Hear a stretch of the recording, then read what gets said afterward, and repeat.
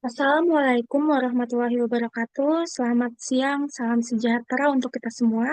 Perkenalkan nama saya Sahal Zulfika dari Prodi Teknologi Informatika. Hari ini saya ingin membawakan sebuah topik yang sangat berkaitan dengan konsep estetika humanisme, yaitu salah satunya adalah emotional intelligence atau kecerdasan emosional, menumbuhkan kepekaan dan apresiasi terhadap hubungan manusia. Ya salah satunya ini kan emotional intelligence atau kecerdasan emosional tentang perasaan, hubungan, dan makna hidup sebagai manusia. Next, what's main topic? Di tengah dunia yang sering kali menekankan logika, nilai-nilai kemanusiaan kadang sering banget kita lupakan. Bukan tentang apa yang terlihat, tetapi tentang bagaimana cara manusia memperlakukan sesamanya. Dan disinilah kecerdasan emosional itu punya peranan yang sangat penting. Nah, what is main point kita? Di sini saya akan membahas beberapa poin. Di antara lain, apa itu kecerdasan emosional? Hubungan kecerdasan emosional dengan estetika humanisme. Dan bagaimana sih cara kecerdasan emosional membentuk kepekaan estetik kemanusiaan? Ini menunjukkan contoh nyata dari nilai estetika humanisme yang lahir melalui kecerdasan.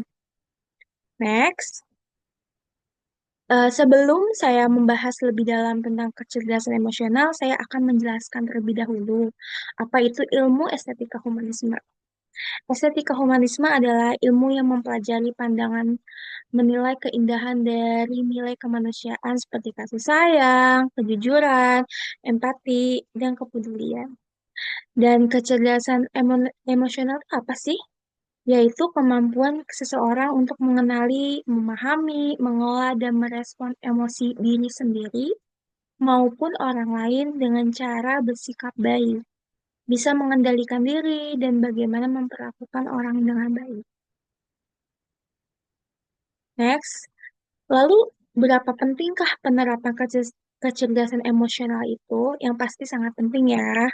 Di sini ada beberapa poin yaitu membantu mengolah emosi dengan bijak, bertindak gegabah saat marah dan menyakiti perasaan orang lain. Kadang kita tuh kalau lagi marah suka meledak-meledak, suka nggak bisa berpikir positif, marah melampiaskan kekesalan dan itu sangat tidak baik. Maka dari pengalaman saya pribadi, kita boleh marah, tapi juga kita harus tahu batasan, kapan kita butuh mendinginkan kepala agar amarah atau emosi kita tuh bisa terlampiaskan dengan baik tanpa menimbulkan kekecewaan lain yang akan datang. Lalu ada menumbuhkan empati dan kepedulian, tidak egois, peduli dengan orang lain. Ini sangat penting ya teman-teman, bagaimana kita melihat bahwa hidup itu bukan hanya untuk diri kita sendiri, tapi banyak orang lain di sekitar kita. Dan bagaimana cara kita memanusiakan orang lain itu sangat penting juga. Lalu, meningkatkan kualitas hubungan sosial, menyelesaikan masalah tanpa menyakiti, membangun rasa saling percaya, menjadi pribadi yang disukai dan dihargai. Dan terakhir itu meningkatkan kesehatan mental dan kebahagiaan. Kita lebih bahagia, tidak mudah stres.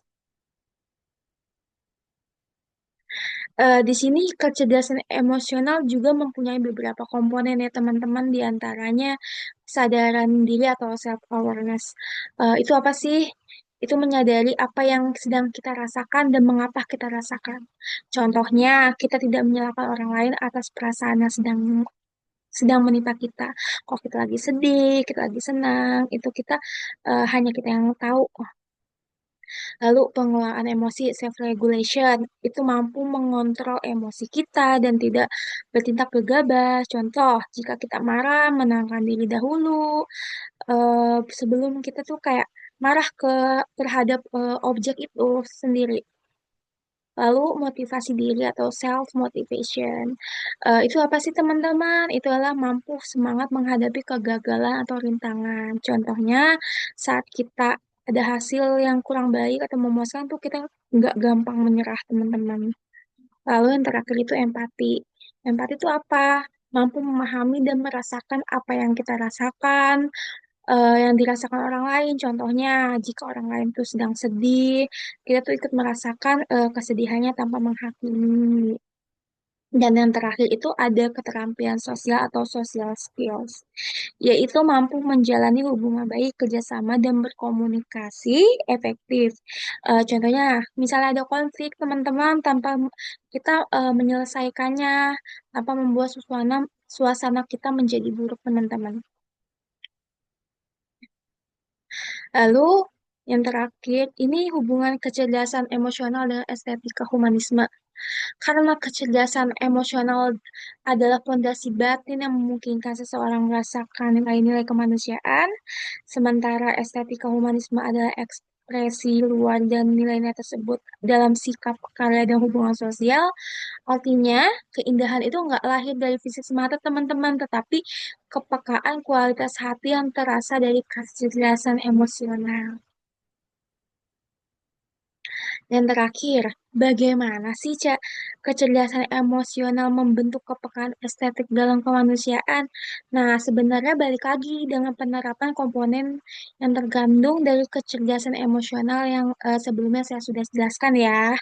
Dari semua komponen yang dijelaskan sebelumnya, eh, kita terapkan, jika kita sudah terapkan itu mengandung sebuah kepekaan, kita sudah membentuk sebuah kepekaan, yaitu mampu merasakan, menghargai, mengekspresikan, melalui kasih sayang, empati, solidaritas, lebih mampu merasakan kedalaman makna dalam pengalaman sesama manusia, bukan secara fisik, tapi secara emosional dan moral, teman-teman.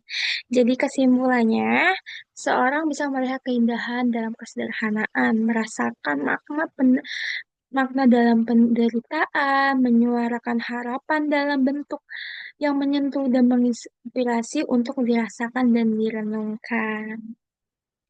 Sekian pembahasan salah satu konsep penerapan estetika humanisme dengan menerapkan kecerdasan emosional.